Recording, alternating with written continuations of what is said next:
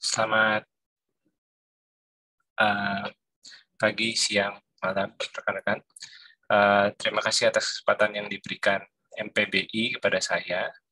Saya perkenalkan, nama saya Gunawan Tanuwijaya. Tadi sudah dijelaskan oleh moderator panjang lebar tentang CV saya, tapi saya akan sedikit mengulang dan menjelaskan presentasi saya hari ini. Hari ini saya akan mempresentasikan Inclusive Disaster Management for People with Disabilities and Older People. Jadi, manajemen bencana alam yang inklusif terhadap penyandang disabilitas dan orang lanjut usia. Sedikit gambaran dari saya adalah seorang kandidat PhD di School of Architecture and Built Environment di QUT, Australia, dan juga dosen di Universitas Petra, terutama untuk mata kuliah desain inklusif yang melibatkan penyandang disabilitas, orang lanjut usia, dan perempuan hamil. Dan juga saya pernah terlibat di beberapa kerjasama dengan UB, JICA, SIF, dan UN Habitat. Dan juga saya mendirikan, atau saya merupakan arsitek komunitas di Studio Green Impact Indonesia, Surabaya. Sedikit gambaran, saya juga merupakan seorang penyandang disabilitas temporer. Jadi kalau setiap tahun saya pasti mengalami namanya uveitis, itu kondisinya seperti yang di sebelah kiri, di mana saya mengalami mata memerah dan pandangan saya jadi blur, sama seperti contoh foto. Dan juga saya pernah memiliki adik saya pernah juga menjadi disabilitas temporer karena ankylosing spondylitis. Jadi dia harus tergantung pada kursi roda selama 1-2 tahun. Nah, ini yang menjadi dasar bagaimana atau mengapa saya tertarik dengan disabilitas dan juga bagaimana mengadvokasi hak-hak disabilitas, karena saya juga merupakan bagian dari disabilitas atau keluarga saya juga merupakan bagian dari disabilitas. Sebagai gambaran singkat saja, saya pernah terlibat di desain partisipatif perpustakaan di Universitas Petra, yaitu kita melibatkan para disabilitas, orang tua, dan ibu hamil juga pada saat itu. Memang pada foto ini memang hanya disabilitas, tapi kami juga melibatkan mereka, dan juga ada program layanan disabilitas. Jadi buat rekan-rekan mahasiswa disabilitas mungkin bisa kontak ke universitas kami jika membutuhkan, dan memang harus menjadi anggota, dan juga bisa mengkontak nanti. Mungkin pada saat akhir talk show ini kita bisa akan diskusikan. Nah, saya juga terlibat dengan acara partisipatif desain sekolah yang juga saya terbitkan menjadi buku. Tahun ini kita barusan menerbitkan Living and Learning in Dignity bersama 6 orang lainnya. Dan ini adalah satu contoh proses bagaimana desain sekolah yang inklusif. Juga kami melibatkan para siswa untuk sosialisasi lebih lanjut untuk desain rumah yang inklusif buat para tunanetra, dan juga kami memperbaiki sekolahnya. Memang saat ini masih parsial, tapi kami mencoba membuat pintu geser, pelindung jendela, kemudian juga guiding block yang dari manual atau dari batu kali, dan juga kami melakukan propose atau usulan sekolah masa depan untuk sekolah YPAB di Surabaya. Dan terakhir kami juga melakukan persiapan untuk acara tatap muka atau metode tatap muka dengan menyumbang beberapa peralatan ke 2 SLB di Surabaya, termasuk YPAB. Ya, jadi untuk presentasi kali ini, rekan-rekan nanti bisa membaca di website saya. Saya punya 2 website, di Desain Inklusi UK Petra dan juga Green Impact Indo. WordPress.com bisa dipilih dan juga bisa di-download dari sana. Dan juga email, jika panitia berkenan, jika ada yang ingin diskusi lebih lanjut dan ada hal-hal yang di luar penanganan atau penanggulangan bencana, bisa kontak kami di email gunte@petra.ac.id. Oke, kami akan mempresentasikan 4 poin pada hari ini. Memang 20 menit rasanya cukup pendek, dan saya tadi udah pengantar cukup panjang, jadi mungkin saya akan lebih singkat lagi, dan kita akan coba masuk ke kasus mitigasi COVID. kedua kerangka Disability Inclusive Disaster Risk Reduction yang dibuat di Queensland, dan apa hambatan-hambatannya. Kita akan coba diskusi, nanti mungkin setelah penanggap kita akan coba diskusi apa hambatannya pelibatan penyandang disabilitas dan lansia. Ya, saya akan membahas langsung studi kasus mitigasi COVID, ya karena sekarang lagi era COVID, jadi kita coba bicara COVID di Queensland atau di Australia. Queensland bisa terlihat berada di sisi timur laut dari Australia. Biasanya teman-teman lebih familiar dengan Sydney.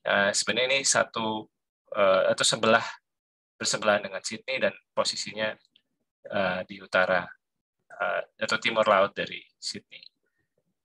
Saya akan putar satu video sederhana. Mari kita coba dengarkan.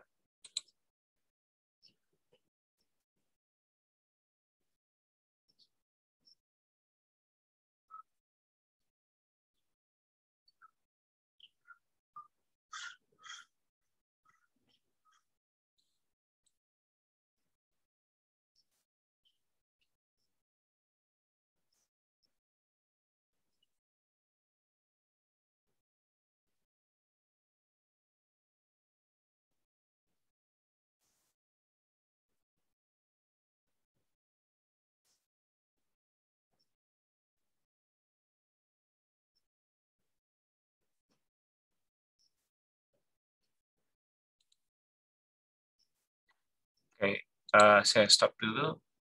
Ya, jadi bisa terlihat barusan ada penerjemah. Ini sebenarnya Deputy Premier kami atau wakil gubernur, setara dengan wakil gubernur di misalkan di Jawa Timur, misalnya seperti itu.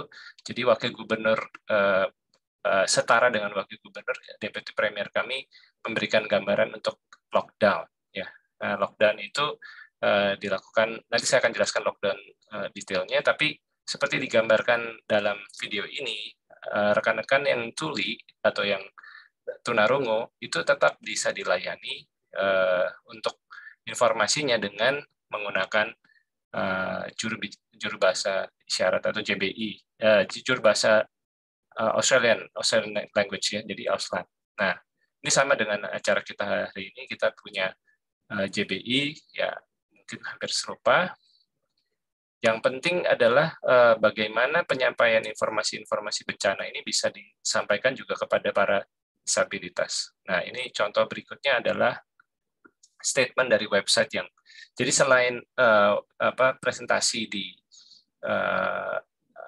video, Premier atau kantor Premier Queensland juga memberikan website yang accessible dan juga bisa di-download setelah keputusannya lockdown diberikan. Dan juga lockdown ini, ini lockdown yang pada tanggal 31 Juli dilakukan untuk 3 hari, awalnya 3 hari, kemudian diperpanjang setelah ada beberapa kasus, ya totalnya mungkin sekitar 2 minggu. Ya. Nah, kami melihat informasi-informasi lockdown ini harus sangat jelas.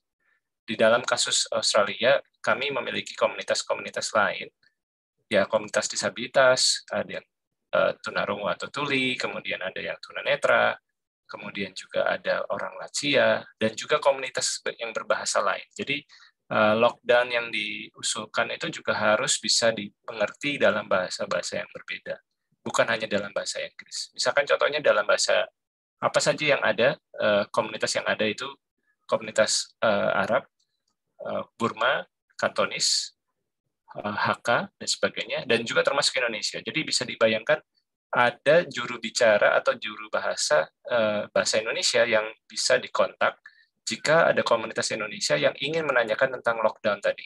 Contohnya seperti itu. Dan di dalam layanan itu bisa menelpon dengan nomor tertentu dan gratis. Nah, apakah lockdown itu selalu berhasil? Di dalam kasus kami, tanggal 31 Juli, lockdown dilakukan selama 2 minggu, dan ternyata hasilnya cukup baik. Jadi bisa terlihat dalam yang dipanah ini, itu ternyata setelah peak gitu, kemudian bisa turun kembali. Jadi ya puji syukur Australia atau Queensland selama dari 5 Juni 2020 2020 sampai 2021 15 Juli hanya terjadi sedikit peningkatan kasus, dan sampai saat ini Queensland masih aman dari COVID. Ya, tapi yang penting juga adalah bagaimana kita melihat tren kumulatifnya, sehingga kita juga harus sadar bahwa secara kumulatif memang tidak mungkin menurun, tetapi kita bisa lihat kasus hariannya bisa pulih kembali, dan akhirnya juga harus ada peta jalan untuk melonggarkan pembatasan. Jadi di Queensland juga kami saat ini bersiap untuk membuka border untuk warga Australia yang pulang dari luar negeri, dan mereka masing-masing bisa mengisolasi di rumah. Ada yang 7 hari, ada yang 14 hari. Saat ini masih dibicarakan oleh pimpinan. Nah, kembali ke kasusnya yang kami akan jadikan. Itu tadi contoh kasus pertama yang kami bahas. Jadi bisa terlihat bagaimana pelibatan atau informasi yang diberikan itu harus aksesibel untuk para disabilitas, orang lansia, orang yang berbahasa lain, komunitas-komunitas komunitas minoritas lainnya. Dan yang kali kedua ini benar-benar adalah studi kasus pelibatan disabilitas dalam penyusunan Disability Inclusive Disaster Risk Reduction. Jadi mitigasi bencana alam untuk toolkit untuk bencana alam, mengurangi resiko dari bencana alam. Yang pertama, the Queensland DIDDR framework. Jadi kerangka kerja dan perangkat DIDDR Queensland yang tadi saya coba jelaskan itu menyediakan peta jalan bagi penyandang disabilitas, layanan dukungan komunitas dan disabilitas, dan manajemen bencana lokal. Nah, untuk bekerja sama merancang inovasi DIDDR, perlu diterapkan dan evaluasi dampaknya terhadap penurunan risiko dan peningkatan ketahanan orang dengan disabilitas dan bencana. Jadi ini yang kami adaptasi dari dokumentasi DIDDR yang di-share secara online, dan yang terlibat adalah Departemen Komunitas Layanan Disabilitas dan Lansia Queensland, bermitra dengan Pusat Penelitian Kebijakan Disabilitas di Universitas Sydney, Queenslander with Disability Network, and Community Service Industry Alliance. Jadi yang terlibat bukan hanya dari pemerintah, tapi melibatkan semua pihak, sama seperti dengan MPBI dan juga BNPB saat ini sudah melibatkan berbagai pihak. Nah, cuman mungkin yang jadi masalah adalah bukan hanya diskusi akhir, tapi kita juga perlu dari diskusi dari awal. Bagaimana kita bisa membicarakan diskusi ini terkait dari awal. Nah, makanya perlu ada pelibatan rekan-rekan disabilitas dalam diskusi, bagaimana mengidentifikasi keterlibatan mereka dan mekanismenya. Ini dilakukan antara April sampai September 2019. Kemudian juga ada mobilisasi pendukung lokal, mengembangkan kerangkanya sendiri, kemudian dievaluasi bersama. Nah, ini yang cukup lama, jadi dari Oktober 2019 sampai Juni 2021, hampir 1,5 tahun. Ya.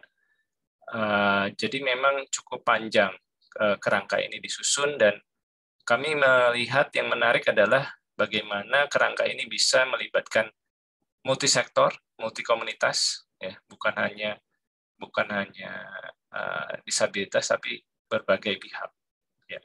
Nah, yang juga menarik adalah ada prosedur atau ada proses bagaimana inquiry dilakukan, sintesis dilakukan, produksinya seperti apa, kemudian ada interview, kemudian ada advisory committee meetings, ya, kemudian juga ada berbagai tahapan lainnya, multi-stakeholder consultation, ada systematic research, searching approach, appraisal.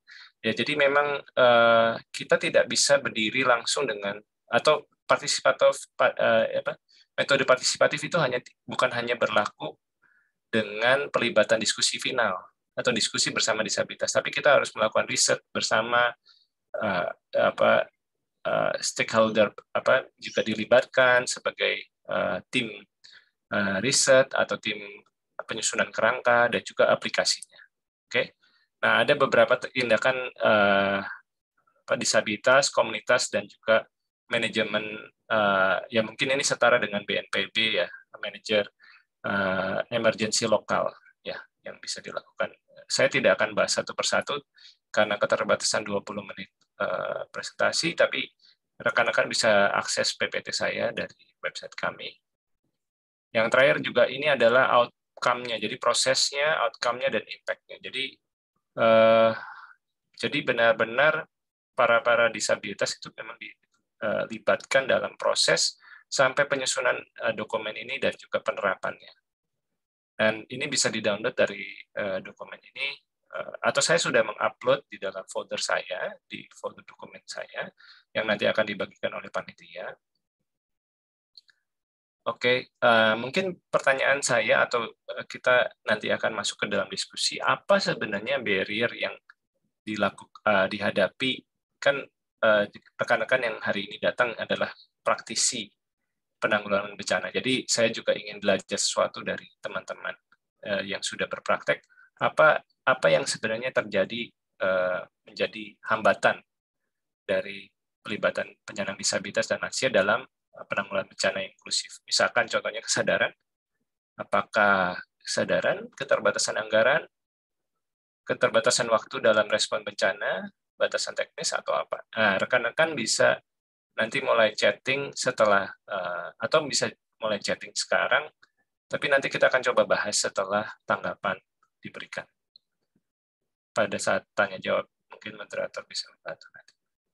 Mungkin secara konklusi kita akan masuk ke 2 poin saja. Pertama, kita perlu melibatkan penyandang disabilitas serta lansia untuk berbagi dan menciptakan kerangka kerja toolkit penanggulangan atau pengurangan risiko bencana inklusif disabilitas sesuai dengan budaya kita. Jadi apa yang saya coba pelajari dengan 2 kasus yang ada, ternyata budaya tiap negara itu berbeda. Ya. Saya juga melakukan riset di berbagai paper lainnya, itu juga ada perbedaan. Saat ini saya sedang studi S3, dan 2 kasus yang saya pelajari, satu dari Indonesia dan satu dari Australia, dan itu memang menunjukkan budaya itu sangat mempengaruhi. Yang terakhir adalah lebih banyak contoh. Kita perlu adaptasi berbagai contoh, dan mungkin juga saya memaparkan beberapa paper saja. Nah, nanti bisa dilihat ada beberapa paper yang di dalam PPT yang kami bisa share, dan berharap ini bisa berguna buat Bapak dan Ibu. Terima kasih atas kesempatan yang diberikan. Kami kembalikan ke moderator.